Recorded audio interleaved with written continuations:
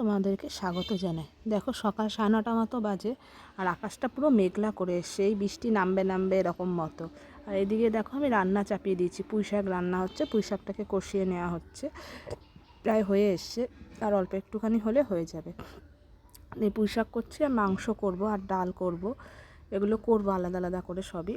আর এইদিকে মা যেহেতু আম কেটে নিয়েছে, আমের আচার করবে, তাই আমি মাকে বললাম যে মেঘলা ওয়েদার, তুমি আচার করো না, তাও মা আম এখন কেটে নিয়েছে। এইদিকে দেখো আমটা কেটে সবে উঠেছে, আর এইদিকে মেঘের ডেকে দেখো বৃষ্টি আরম্ভ হয়ে গেছে, ভালোই ঝোড়ো হাওয়া দিয়ে বৃষ্টি হচ্ছে। বৃষ্টি আর দেখো গাছের আমগুলো কীরকম ঝমঝম করে নড়ছে, আর এদিকে বৃষ্টিও হচ্ছে। আর এদিকে বৃষ্টির ওয়েদার, এদিকে আমি মাংস ধুয়ে নিয়ে মাংস বসিয়ে দিচ্ছি করতে।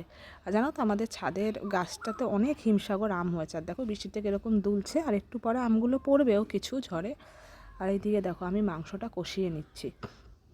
মাংসটা কষানো হয়ে গেলে এবার জল দিয়ে একটু ফুটলেই নামিয়ে নেব, নিয়ে তারপরে দুপুরে খাওয়া দাওয়া করে নেবো। আর এই রাঁধতে মোটামুটি প্রায় 1:30 মতো বেজে গেছে। দুপুরে খাওয়া দাওয়া সেরে নিয়েছি। এদিকে ভাই পার্সেল অর্ডার করেছিল, এর মধ্যে আইসক্রিম ছিল, তেঁতুল ফ্লেভারের একটা ছিল, নলিন গুড়ের ডাব, আর একটা পান ফ্লেভারের। তা দেখো জোম্যাটো থেকে, জোম্যাটো ডেলিভারি বয় অনেক খুঁজে আমাদের বাড়ি খুঁজে পেয়ে তাই দিতে এসছে। মিনিমাম 40-45 মিনিটের উপরে টাইম নিয়েছে হাবড়া থেকে আমাদের বাড়ি আসতে।